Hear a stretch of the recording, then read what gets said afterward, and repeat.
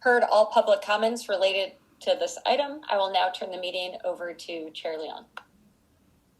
Thank you so much. So I'll now ask members of the panel if they want to chime in, if they have any questions or comments relating to this proposal. Yeah, it's Michael. I actually just have a couple of really more process questions. Number one, I just recently heard about the Fair Student Funding Committee and its report, and I have not seen it, and I would love to be able to receive it so that I can review it. And it really leads into my process question. I know there have been a lot of people looked at it in the past. I'm already starting to hear about people going forward who are very eager to talk about what's in the model Fair Student Funding, and can any of it be changed, and how do we address this going forward? I understand this should be voted tonight, but if people want to explore changes, how do we do that? Thanks, Michael. Yeah. So, Peter, go ahead. Were you? No, this is Isaac. I was just. Isaac, sorry. Yeah, just concurring with Michael. I don't have to repeat it. I had the same thoughts. I'm sorry, and I'm actually going to jump in on one more thing for the person who spoke from Bayside High School. I think the whole issue of CTE and how it's funded is important. My daughter went to a CTE school where the CTE program did get extra weights. I understand there's something in the policy that says that CTE programs in more general high schools don't get those extra weights, and that's another area I would love to have further discussions about, especially when I hear about schools like Bayside that have multiple CTE programs and they aren't getting the funding that perhaps they deserve. Yes, so thank you, Michael and Isaac, for your interest in the Fair Student Funding Formula and for asking these questions. I'm happy to have conversations with anyone on the Fair Student Funding Formula. A lot of what I do has been, over the last couple of years in this position, has been going out and talking to different advocate groups and others, parents, students, about the Fair Student Funding Formula. In fact, when I took this job, that was something the chancellor asked me to do specifically. So I'm happy to do that more. I'm happy to sit with both of you to talk through it in more detail. There is a tremendous amount of information that's available on the department's website through the Info Hub, through the financial reports section. There's a 50 pages plus guide that explains the formula in great detail, which is a good reference for a lot of the terminology that's used commonly when we talk about it. But in general, I'm always happy to talk about the formula and how we can improve it as well. Thank you. Are there any other questions or comments from panel members? Yeah. Yes, panel member Calangelo. Thank you. Lindsay, just jumping on to Michael's question. So going forward, after a vote tonight, can there still be changes? The vote that you're taking tonight is for the weights for the upcoming school year. So it would be what I should say is it would be, we have never changed weights mid-school year.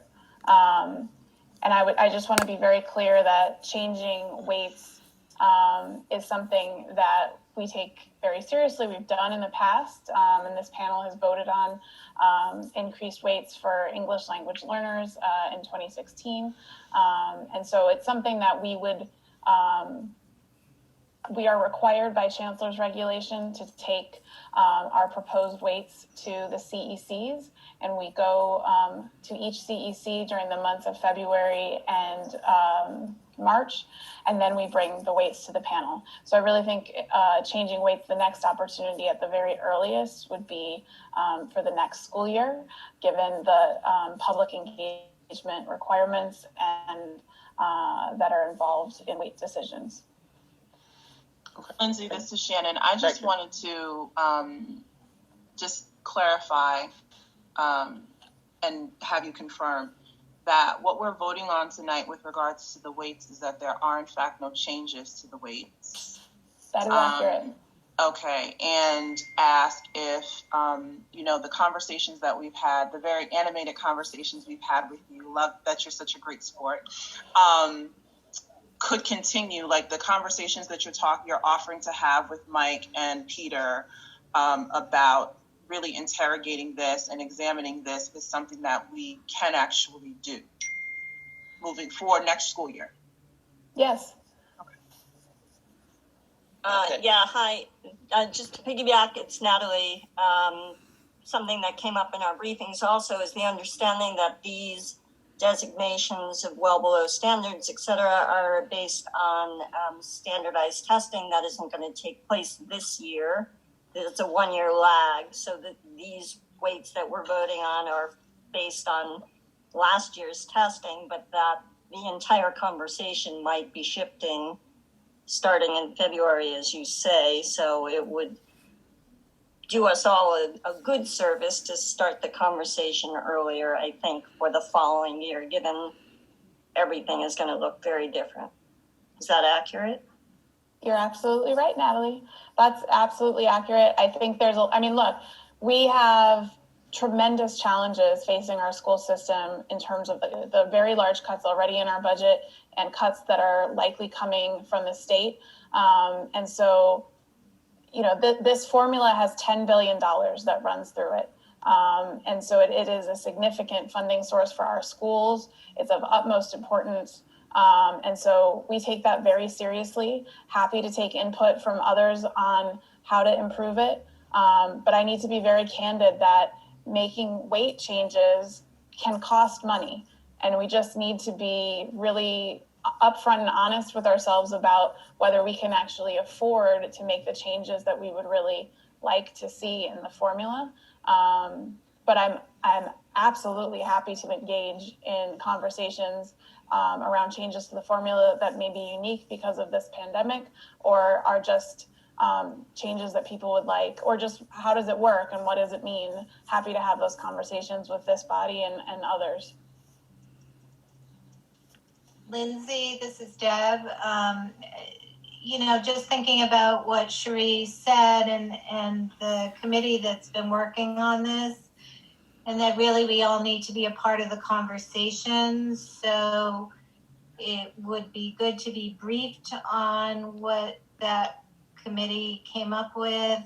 Unfortunately, we all know that fair student funding is not 100% funding as we would like to see our children funded. We joke or not joke that fair student funding is not fair. But the reality is that we're dealing with budget cuts. And to my knowledge, that's why the weights are staying the same.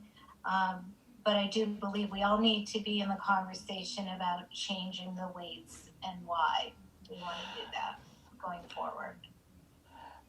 Yeah, this is Isaac, just piggybacking on what Deb said and what's been said. I know we talk about building the plane as we fly it, but changing FSF midstream might be like changing the engine, and maybe that's a bit much to try to keep the plane up in the air. But at the same time, and it being that it needs a deep conversation, that means time as well.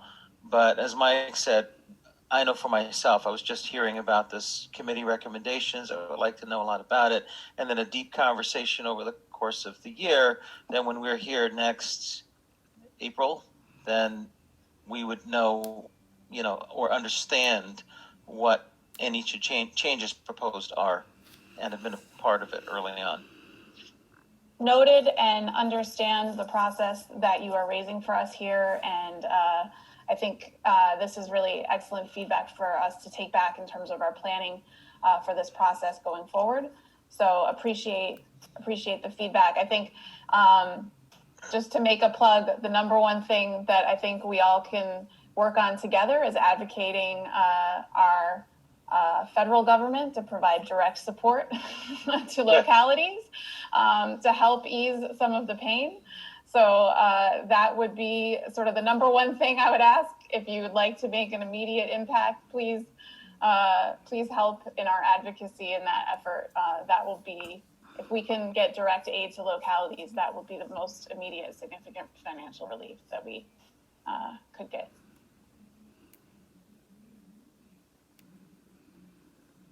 There's no other question or comments. We'll move to the votes. Secretary Freeman, could you please note any recusals related to this item? There are no refusals on this item.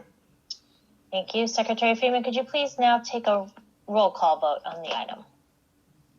Okay. Peter Calandrella. Approved. Isaac Carmignani.